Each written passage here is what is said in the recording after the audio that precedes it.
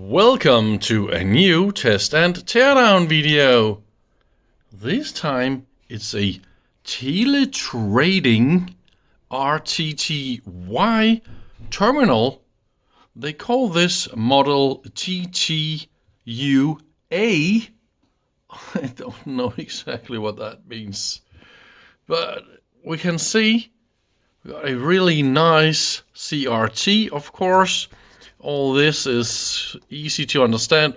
Audio sensitivity, what is that? A motor? Is there a motor in here? That's interesting. So maybe this is controlling the RTTY machine, and you use this to monitor the signals and detect probably mark and space. That will be two different tones, and then you can see the different tones, and then you can set some filters and see that it triggers correctly.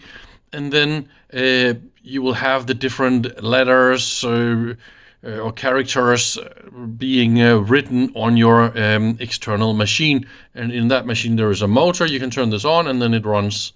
I think it has something to do with this. So this is the control interface for this RTTY receiver. We got also some receiver and also some transmit we can do. That's interesting. And here's of course power on and off. It's in a little bit of a sad shape. You can see here some birds decided to sit and do their things on this one. We'll have a little look at the back. Here we oh, look at the back side. Well, we got a really, I don't know if I can pull this. There's probably a screw or something. We got some DIMM connectors, and that will be mains power supply. And here we can read a little bit pre or post gate or local thingies. This is the company Tele Trading. I have no clue how old this is yet, but that is just the model. It seems like somebody forgot to write something here. Yeah, so let's open and inspect. It is really impressive, the design inside here, I must say. So we got some plug-in boards, and that is of course the power supply here at the very back with some diodes and capacitors and all this. It looks a little bit like something blew up in here. I don't know if you can see the dark kind of stuff here. Maybe some of the capacitors leaked. It looks a little bit like that, right? On top of the transformer, we got all the fuses, quite a lot of them, and it's really disgusting. I mean, it's dirty and smelly, and look at this color here. We definitely had some sort of a little fire going on in here somewhere. And that will be the circuit board for the CRT, I would assume. Yeah. I don't know. Oh, look at that. Here in the sun we can see the nasty corrosion down there. It's probably also inside all the plug-in boards, so I should go and give it a little bit of clean up. Oh, look at that. So that will be power supplies. We got some transistors for the power supply. That will be some relays. It looks like it was manufactured in quite high volume, because look at the case, the way that everything here is made and welded together and all that kind of stuff. Definitely not a fast prototype or anything. See, a lot of brain power went into this design.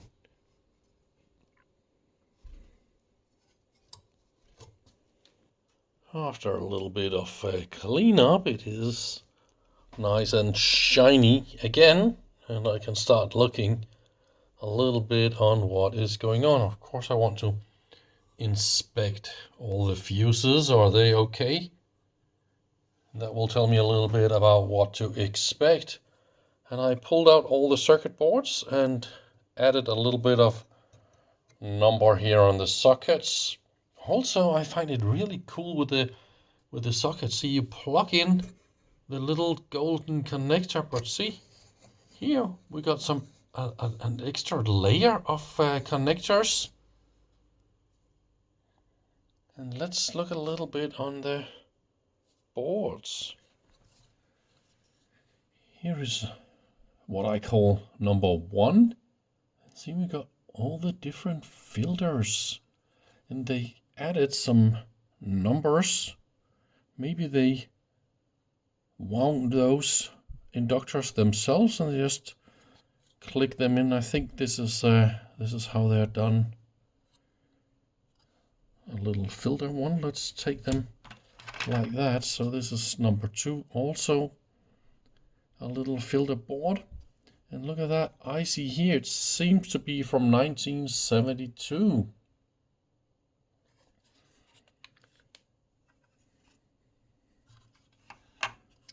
Oh, this looks a lot like the same. Some more filters, and again, maybe some op amp or something like that, right?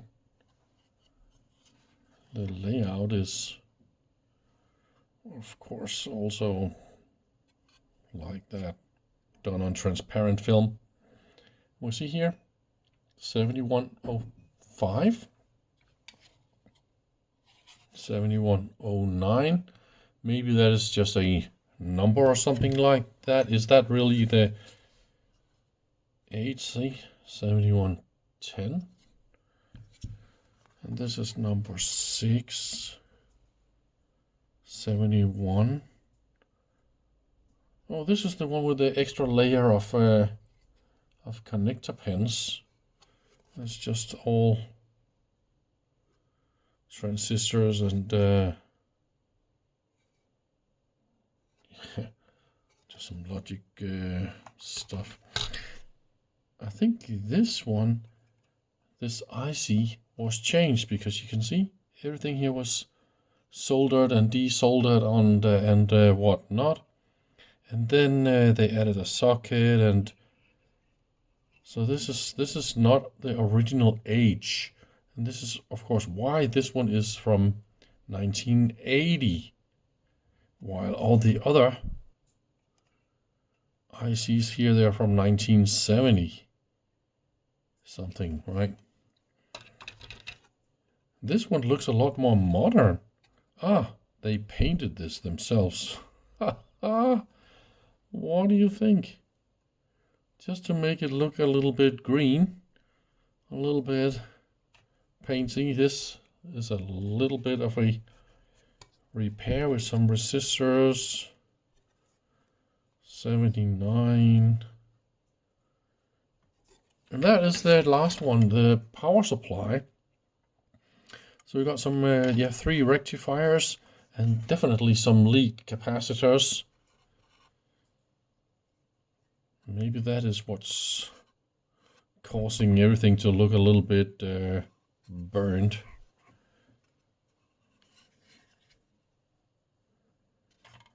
Maybe that one leaked into that one, I don't know. Yeah, here we also see this little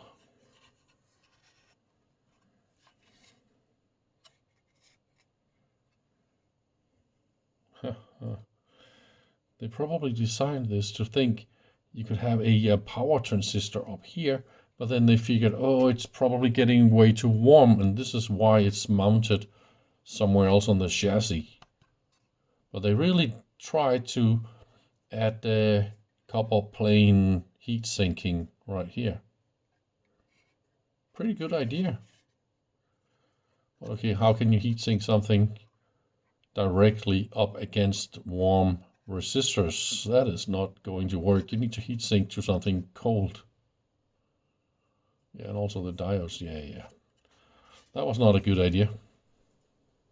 So let's try and power it on. Let's dim the light a little bit.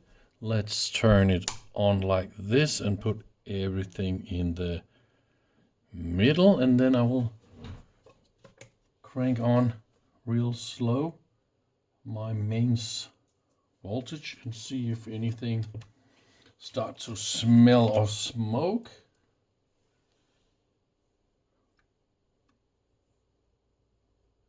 That is 90 volts, 3 watts. And I am super quiet here to listen for. I think we got a little bit of light here. 180 volts and it's using 10 watts.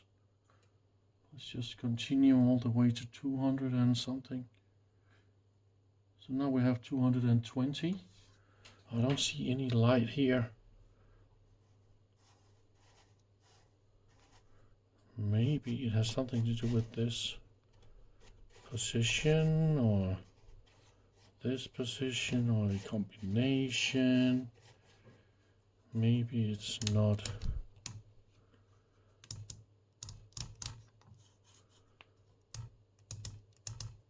Oh, we get some light. Some indication.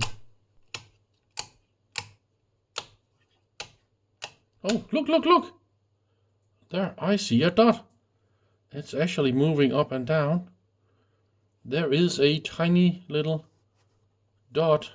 Not much, but there is a dot. So how on earth are we going to figure this out? It is really, really dim, but I know you can see this. That has something to do with the supply voltages. This is really, really sensitive. But I think, of course, I did not expect to be able to get this up and running or do anything intelligent. But at least we got a dot. And that is already great. I want to go and look up the CRT, the voltages, and yeah. So I'm still poking around with the CRT and the brightness. That's like really, really dim. I took out, this is the board that is doing all the CRT stuff. And look at that, it's probably seen some better days. Look at that, what is going on here? But the fun thing is, I got all the right voltages here. I got plus minus 300. And that should be more or less okay. And I also think that the grid that turns on and off the beam is also turned on. So why is it so dim? And here's this nice little CRT. It's the DG7. Look how cute that is. So maybe it's just the tube that is old or bad. And you can probably even see it here. It starts to turn white. And this reveals that air is going in here, as you can see here, and that can definitely explain why it is so dim when all the voltages there are right. So I think that is what we need to conclude here. There's nothing more I can do about all this. And here is the nice little magnetic shield that was around the CRT down here where it's really, really sensitive. Where they put the transformer in the middle, right behind the CRT, and then there's a big piece of metal here. This should shield a little bit and make it quite all right. I didn't see any movement or anything like that, so the beam was in the middle of this screen. So, but I think that is what I want to say about this unit. I can't do much more anyway. So thank you very much for watching so far. Bye bye.